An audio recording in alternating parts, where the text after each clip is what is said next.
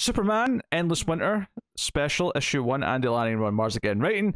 Phil Hester is the main artist, but with Marco Santucci back again as the flashback artist early on.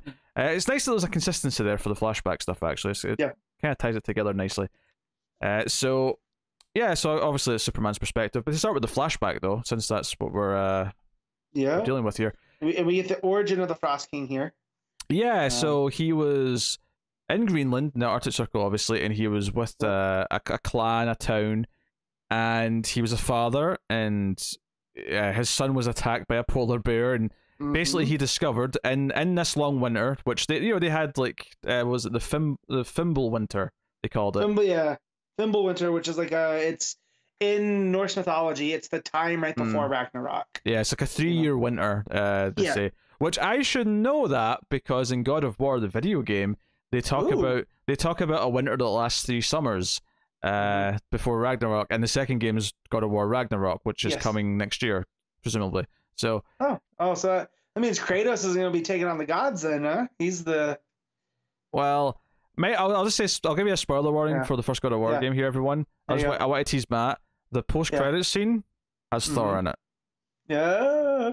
Well, I did read through the story because my brother could not help himself by telling me stuff, and so I know Loki's involved, and it's very different from typical, So I was like, well, Thor's got to show up at some point, and I know enough of God of War to know he fights gods. So, anyway. So so this guy is Edwald Offelson, who discovers he has ice powers and freezes this polar bear in this attack. The town at first loves him and realizes, he can defend us from all these things that happen. He can defend us from wolves. But the winter doesn't end, and eventually they turn on him and think he's a freak. They think that he's to blame for this winter, and they come after him. They try to burn his house down. He fights back, and in all this chaos, one of his children, one of his sons, is shot with an arrow and dies. And we kind of end on a cliffhanger of him seemingly about to go icy supernova, if you will, and that's where the end. So it feels like this is his big villain turn point where he's going to go full Frost King and never come back.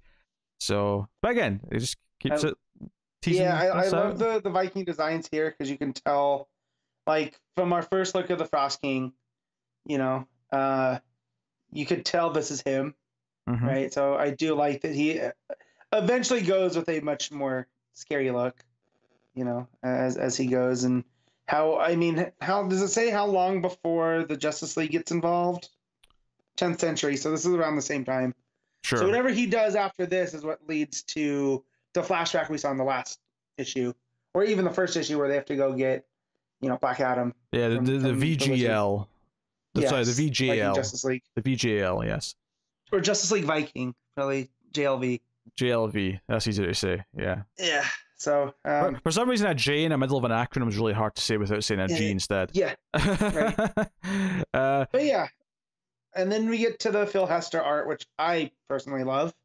No, it's pretty good. It's got a distinct style to it. Obviously, it's very different from the previous, but it's very inky cartoon. I would describe it. Yes. But it reminds me of the animated series stuff with Batman and Superman. Sure, The early morning, and maybe that's why I love it so much. But even his monsters look great because they look different. Yeah, we go to Metropolis, and Wonder Woman's like leading Jimmy and some survivors from the planet. Even though it's like, the cold could kill them, but they have to try and get somewhere safer. Yep. And there's like an article by Lois that kind of forms the narration of the story, which it gives it a very distinct voice for this issue. And obviously it focuses on Superman once we get to him because he shows up and saves them. But I think what I'm impressed with the writing of this story, because it is the same pair writing the whole thing, is that this did feel like, we shifted to a Superman issue, and it feels like a Superman issue. Yeah. So. Yep, definitely. And so, like I said in the Flash one, although this one I think does it a little bit more effectively, because I think they have a better handle on Superman than they do on Barry. But we get the flashback at the beginning that fills in the Endless Winter story, and then we have how Superman's handling the Endless Winter. So yeah, which boils down to essentially 2 sequences here where he's worried about Lois, and Lois says, "No, we've got it fine. I'm independent. I'm going to help everyone here. You go and do what's important, and just you coming back is all that matters. So, and there's like there's a 2-page layout of Superman saving people on ships and fighting ice monsters and whatever, and then, leading the gorillas in Gorilla City. Just the ice giants. A variety of things, and then he comes back to the Kent farm and sees his parents. Crypto kills one of the ice monsters, and it essentially has a similar thing, and they point this out in the dialogue where essentially Man Pa Kent say the same thing as Lois. No, look, we can handle this ourselves. Although Pa Kent's worried about the heating bill, as he would be. Yeah. But no, as long as you come back, that's all that's important. This is your job, and that S in your chest. Okay, it's the biggest burden's on you, but we all share it. Everyone who knows you and is part of your life shares it a little bit.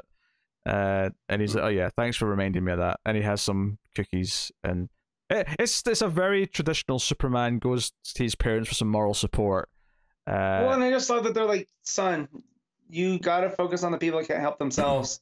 Yes. And let the people that can't help themselves do what they need to do. Lois is tough. We're tough. I love how I think it's Ma Kent's like, this is not the first Kansas winter we've ever dealt with. Yeah. But I do like that he is preoccupied, and it's honestly it's just nice to see Superman interacting with the Kents. Yeah. After not having it for so long. Between this and the Mark Waid story, there's a couple of really good little Superman beats this week.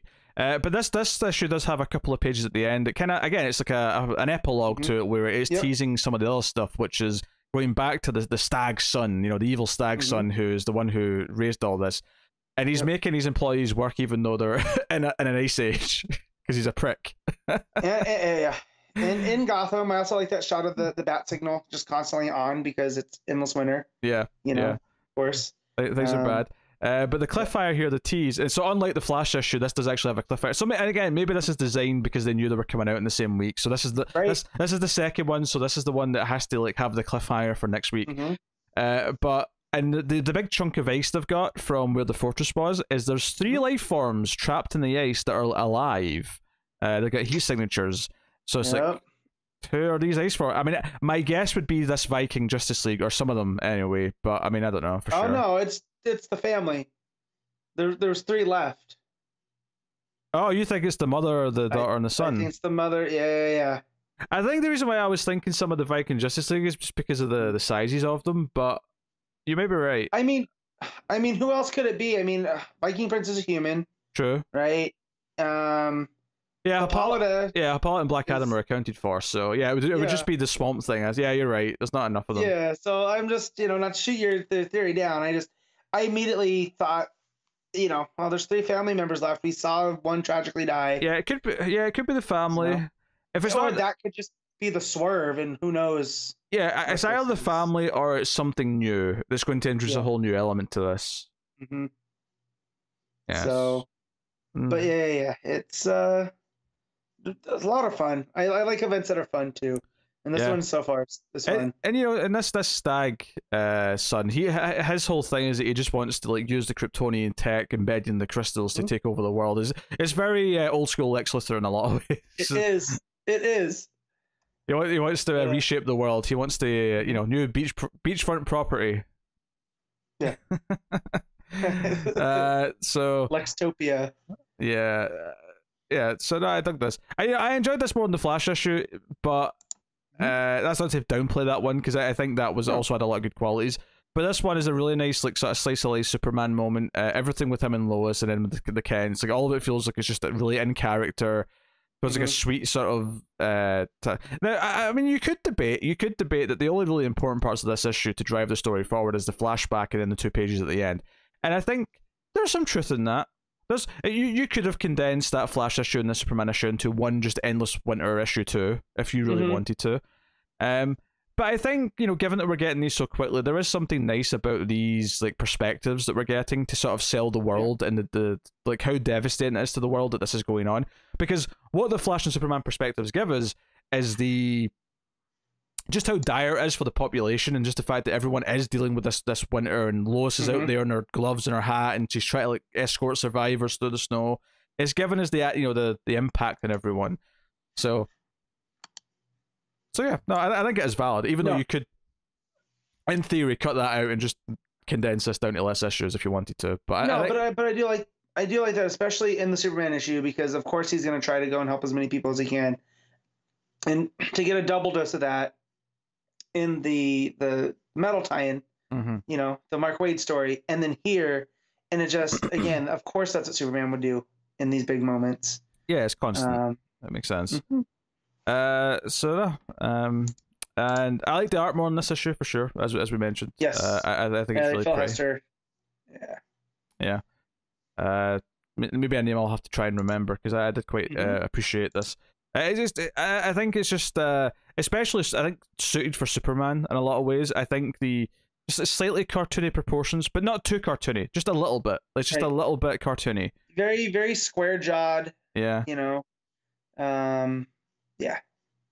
Yeah, and I think especially whenever Ethan's in shadow, it looks really good, because it's just those deep inky blacks. And for example, one of the pages where he's fighting an ice monster, and he's like got shadow covering half of his body, but the yellow of the S is still coming through, and the red eyes. It looks really pretty.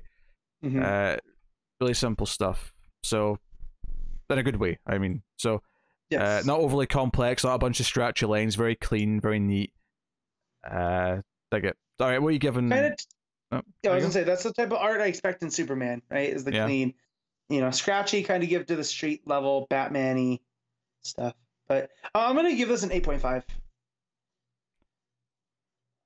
I'm probably gonna go with a solid 8. I think. Like another solid chapter. I'm into the romp that it is, building the backstory of the villain, the stuff with the stag, of moving forward, and then just the good Superman vibes, good art. Solid 8 out of 10, I think, for me.